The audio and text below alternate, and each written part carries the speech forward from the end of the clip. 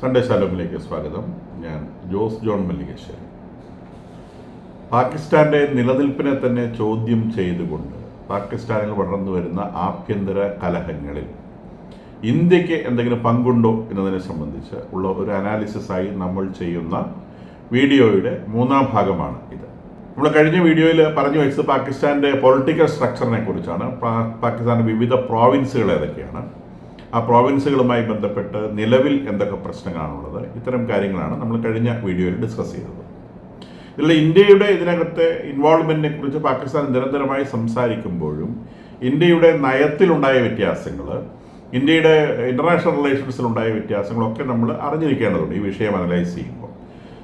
കാർഗിൽ യുദ്ധത്തിന് ശേഷം, കാർഗിൽ യുദ്ധം പാകിസ്ഥാൻ നമ്മളെ ഇങ്ങോട്ട് വന്ന് ആക്രമിച്ചതാണ്. കാശ്മീരിൽ പാകിസ്ഥാൻ പട്ടാളം ഇന്ത്യയിലെ ഭീകരപ്രവർത്തനങ്ങൾ നടത്തുന്നതിന് പാകിസ്ഥാൻ യാതൊരു ഒളിവും മറവും സ്വീകരിക്കാറില്ല.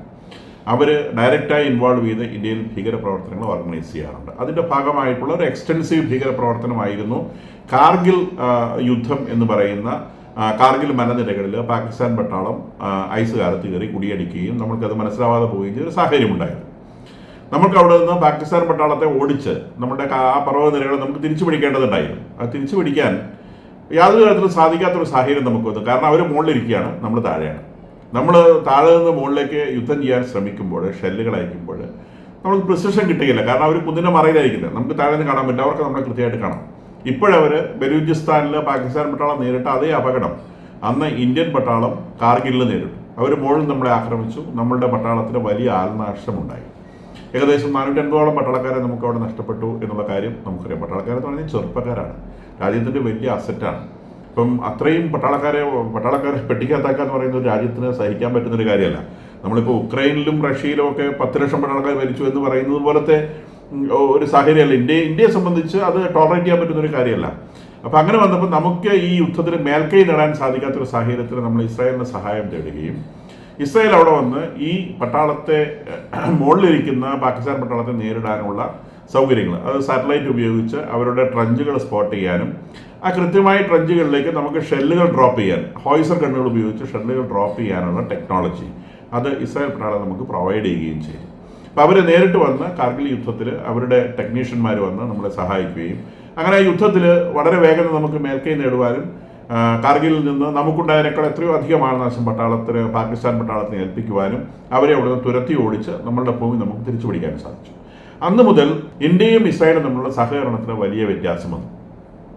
പക്ഷേ കോൺഗ്രസ് ഗവൺമെന്റുകളുടെ കാലത്ത് കോൺഗ്രസ് ഗവൺമെന്റിന്റെ പാലസ്റ്റീൻ ചായം കൊണ്ട് ഇന്ത്യയിലെ അവരുടെ വോട്ട് ബാങ്ക്, മുസ്ലിം വോട്ട് ബാങ്കിനെ പ്രീതിപ്പെടുത്തി നിർത്തേണ്ടതുള്ളത് കൊണ്ട് കോൺഗ്രസ് ഗവൺമെന്റ് പ്രത്യക്ഷത്തിൽ 100% പാലസ്റ്റീനെ സപ്പോർട്ട് ചെയ്യുകയും പൊളിറ്റിക്കലി ഇസ്രായേലിനെ ഒപ്പോസ് ചെയ്യുകയും ചെയ്യുന്ന ഒരു സ്ഥിതിയായിരുന്നു ഉണ്ടായിരുന്നത്. നേരെ മറിച്ച് BJP ഗവൺമെന്റ് വന്നതിന് ശേഷം, ദേശീയവാദി ഗവൺമെന്റ് വന്നതിന് ശേഷം അതിൽ വലിയ വ്യത്യാസം ഉണ്ടാവുകയും മുസ്ലിങ്ങൾ അവരുടെ വോട്ട് ബാങ്ക് അല്ലാത്തതുകൊണ്ട് അവർ ഓപ്പണായിട്ട് ഇസ്രായേലിനെ പിന്താങ്ങുന്ന ഒരു സാഹചര്യത്തിലേക്ക് പോയി. പാലസ്റ്റീൻ കോസിൽ നമ്മൾ നിശ്ചയമായും പാലസ്തീൻ രാജ്യം വേണം എന്നുള്ള ഒരു ന്യായമായ നിലപാടിനെ നമ്മൾ സപ്പോർട്ട് ചെയ്യുന്നു. പക്ഷേ നമ്മളെന്നും ഇസ്രായേലിൻ്റെ കൂടെയാണ്. കാരണം ഭീകരപ്രവർത്തനങ്ങളെ നമുക്കൊരു തരത്തിലും അംഗീകരിക്കാനാവില്ല എന്നുള്ള നിലപാടിൽ നമ്മൾ ഇസ്രായേലിൻ്റെ ഭാഗം ചേരുകയും ചെയ്തു. അതോടുകൂടി ഇസ്രായേലും ഇന്ത്യയും തമ്മിലുള്ള കോഓപ്പറേഷൻ വളരെ സ്ട്രോങ് ആയിട്ടുള്ള ഒരു ബന്ധമായി മാറി. ഇസ്രായേലിൻ്റെ ഇന്ന് ലോകത്തിലെ തന്നെ ഏറ്റവും പ്രധാനപ്പെട്ട സൗഹൃദ രാജ്യങ്ങളിൽ ഒരെണ്ണം ഇന്ത്യയാണ്. ഇപ്പം ഏഷ്യൻ രാജ്യങ്ങളിൽ ഒരുപക്ഷെ ഇസ്രായേലിന് ഏറ്റവും അധികം സൗഹൃദമുള്ള രാജ്യം ഇന്ത്യയാണ്. ഇത് ഇസ്രായേലിൻ്റെ ഇൻ്റലിജൻസ് ഏജൻസിയെ കുറിച്ച് അറിയാം. ലോകത്തിലെ ഏറ്റവും പവർഫുൾ ആയിട്ടുള്ള ഇൻ്റലിജൻസ് ഏജൻസി ഉള്ളത് ഇസ്രായേലിനാണ്, അമേരിക്കയ്ക്കാണ്, പിന്നെ റഷ്യയ്ക്കാണ്. അപ്പോൾ നമ്മൾ നേരത്തെ നമ്മളുടെ ഇൻ്റലിജൻസ് ഏജൻസികളെ ഗൈഡ് ചെയ്യുകയും സഹായിക്കുകയും ചെയ്യുന്ന റഷ്യൻ ഇൻ്റലിജൻസ് ഏജൻസിയായി KGB ആയിരുന്നു. പിന്നീട് ഈ BJP ഗവൺമെൻറ് വന്നതോടെ നമ്മളുടെ ഫോറിൻ റിലേഷൻസ് നമ്മളിപ്പോഴും ചേരിചേരാ നയം തന്നെ സ്വീകരിക്കുന്ന രാജ്യമാണ്. എങ്കിൽ പോലും നമ്മളുടെ അമേരിക്കയുമായിട്ടുള്ള വെസ്റ്റേൺ വേൾഡുമായിട്ടുള്ള നമ്മളുടെ ബന്ധത്തിൽ വലിയ വളർച്ച ഉണ്ടാവുകയും സ്വാഭാവികമായും റഷ്യ വല്ലാതെ ക്ഷീണിച്ചു. 90s ശേഷം റഷ്യ വല്ലാതെ ക്ഷീണിച്ചു. അപ്പോൾ റഷ്യയുമായിട്ടുള്ള ബന്ധത്തിൽ അയവ് വരികയും ഇസ്രായേലും വെസ്റ്റേൺ വേൾഡുമായിട്ടുള്ള നമ്മളുടെ ബന്ധം വല്ലാതെ മുറുകുകയും ചെയ്തതോടെ നമ്മളുടെ ഇൻ്റലിജൻസ് ഏജൻസികൾ പ്രധാനമായും സഹകരിക്കുന്നത് മൊസാദ് പോലെയുള്ള ഇൻ്റലിജൻസ് ഏജൻസികളുമായിട്ടായി. സ്വാഭാവികമായും അതിനോടനുബന്ധിച്ചുള്ള വലിയ ചേഞ്ചസ് നമ്മളുടെ ഇൻ്റലിജൻസ് ഏജൻസിയിൽ ഉണ്ടായി. അവരുടെ ടാക്ടിക്സുകൾ അല്ലെങ്കിൽ തന്നെ ഇന്ത്യൻ ഇൻ്റലിജൻസ് ഏജൻസി വളരെ സ്ട്രോങ് ആയിരുന്നു.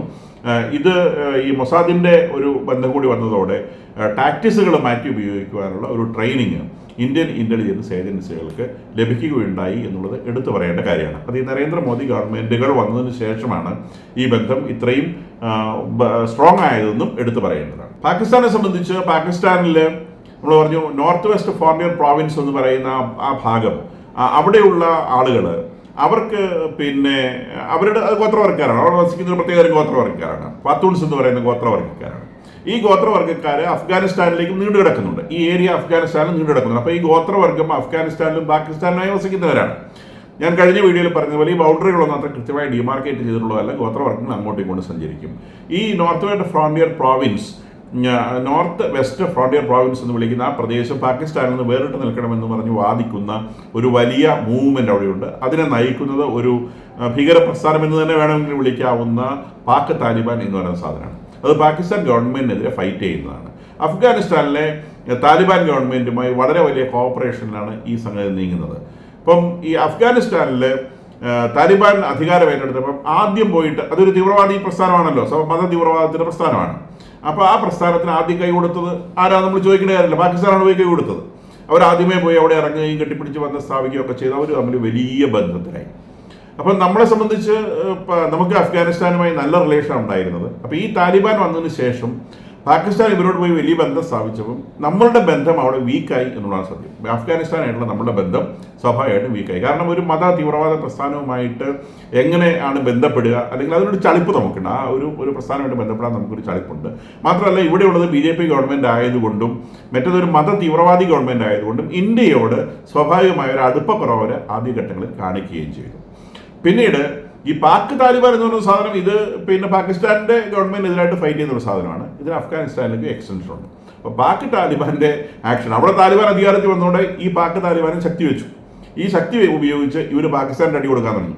അങ്ങനെ പാകിസ്ഥാൻ്റെ അടി കൊടുക്കാൻ തുടങ്ങിയപ്പോൾ പാകിസ്ഥാന് ഈ പാക് താലിബാൻ്റെ അടി കൊടുക്കേണ്ടി വന്നു. പാക് താലിബാനെ സഹായിക്കാതിരിക്കാൻ അഫ്ഗാൻ താലിബാന് സാധിക്കില്ല.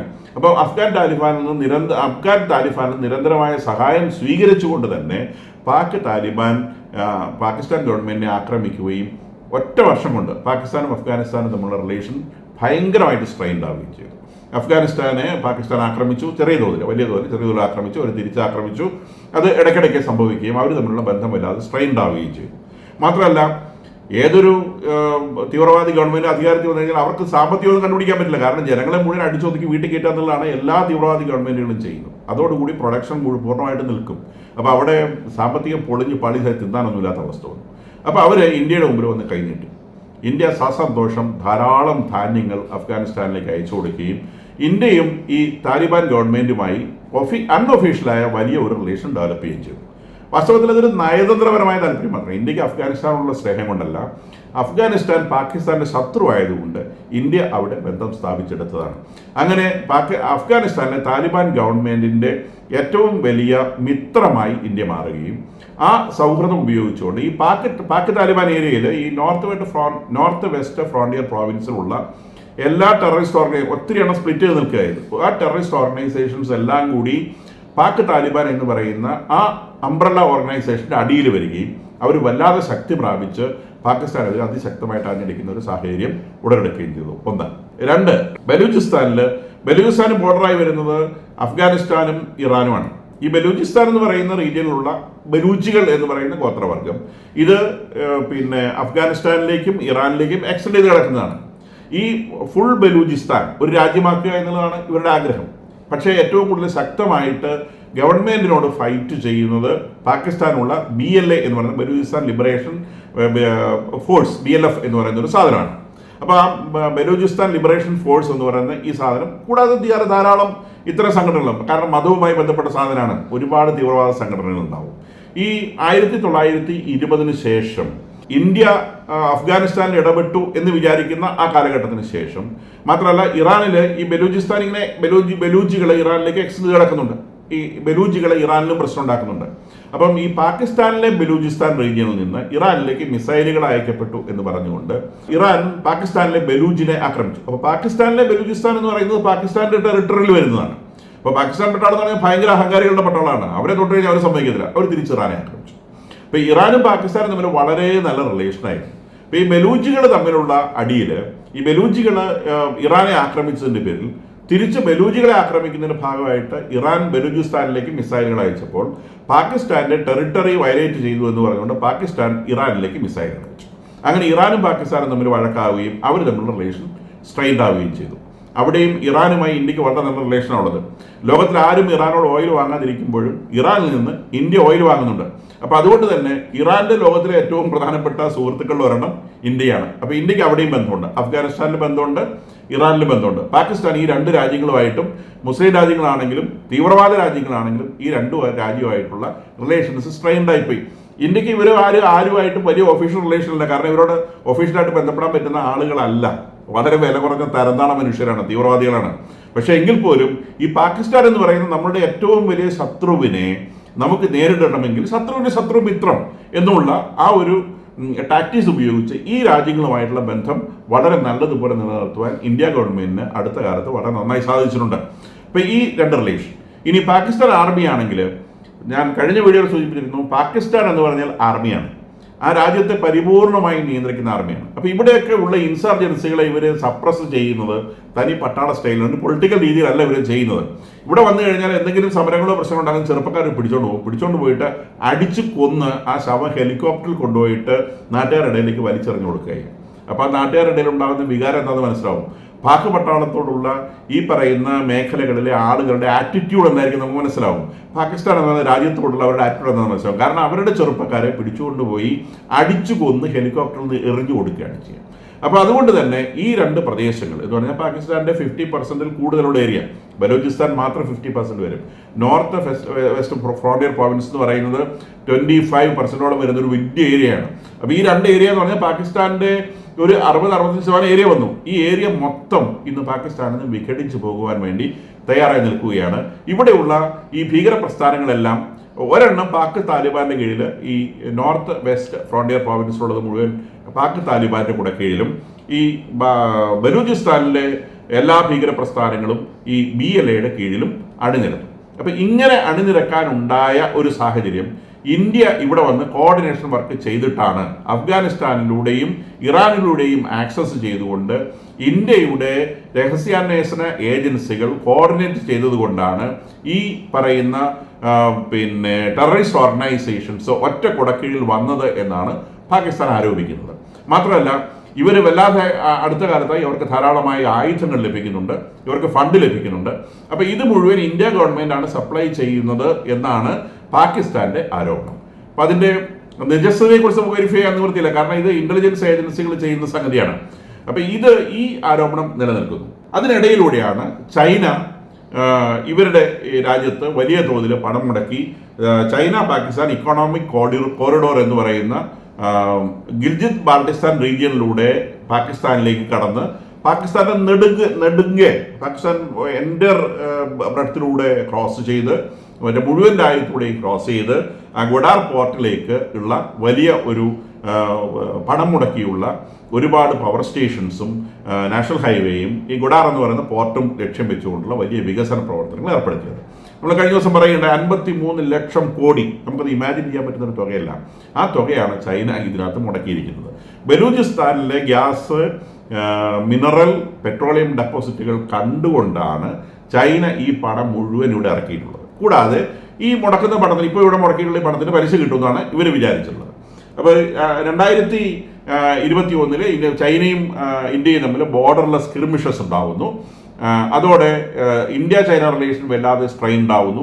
നമുക്കവിടെ എന്ത് ചെയ്യണം എന്നറിയാൻ പറ്റാത്ത ഒരു സാഹചര്യം നിലനിൽക്കുന്നു. ഇനി ഇതിനൊരു ഭാഗം കൂടി നമുക്ക് ആവശ്യമുണ്ട്. ചൈന ഇവിടുന്ന് എങ്ങനെയാണ് അടിവാങ്ങി കിട്ടുക എന്നുള്ളതാണ് പ്രധാനമായിട്ടും നമുക്ക് ഇതിനകത്ത് അടുത്ത വീഡിയോയിൽ നമുക്ക് പറയാനുള്ളത്.